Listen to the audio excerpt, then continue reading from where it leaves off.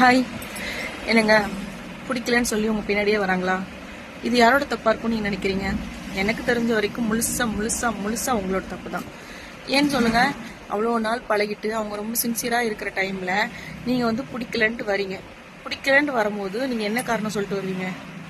எனக்கு உன்னை பிடிக்கும், ஆனாலும் நீ நல்ல பையன்தான், ஆனாலும் நீ ஒரு நல்ல பொண்ணு தான், இருந்தாலும் நீ நல்ல சேலரி வாங்குற, இருந்தாலும் நம்ம ரெண்டு கேஸ்ட் ப்ராப்ளம் நான் நினைக்கல, ஆனாலும் அவங்க நினைக்கிறாங்க, அவங்களால தான் நான் விட்டுட்டு போறேன்.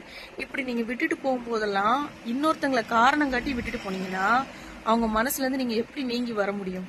அவங்க எப்படி உங்களால மறக்க முடியும்? அவங்க என்ன நினைப்பாங்க, நமக்கு நம்ம லவ்வர் நம்மளை நினைச்சிட்டு இருக்காங்க, ஆனா இந்த காரணங்களால தான் நம்மளை விட்டுட்டு போறாங்க.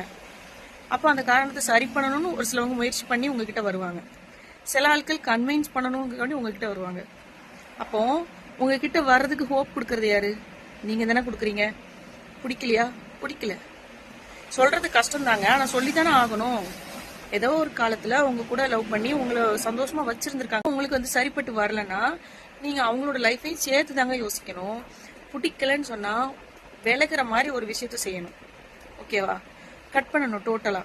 அதை விட்டுட்டு இருந்தாலும் ஆனாலும் போனாலும் இவங்களுக்காக தான் அவங்களுக்காக தான் அப்படின்னு சொல்லி நீங்க கட் பண்றீங்கல்ல, அதுதாங்க தப்பு. நீங்க யாருக்காகவே யாரையும் கட் பண்றதே கிடையாது. உங்களுக்காக மட்டும்தான் நீங்க கட் பண்றீங்க. உங்க வசதிக்காகவும் உங்களோட தேவைகளுக்காகவும் தான் நீங்க ஒருத்தங்களை கட் பண்ணி விடுறீங்க. அவ்வளவு உண்மையா இருக்கிறவங்க உங்களை வெறுக்கிற மாதிரி நீங்க ஒரு ரீசன் சொல்லுங்க. ஃபர்ஸ்ட் நீங்க வெளியில வாங்க. அதை விட்டு அப்படி வந்தீங்கன்னா அவங்க லைஃபும் தெளிவாயிரும், அவங்களும் அவங்க வாழ்க்கையை பார்ப்பாங்க, அவங்களுக்குன்னு ஒரு ஃபியூச்சர் இருக்குல்ல, அதை அவங்க பார்த்துப்பாங்க தானே.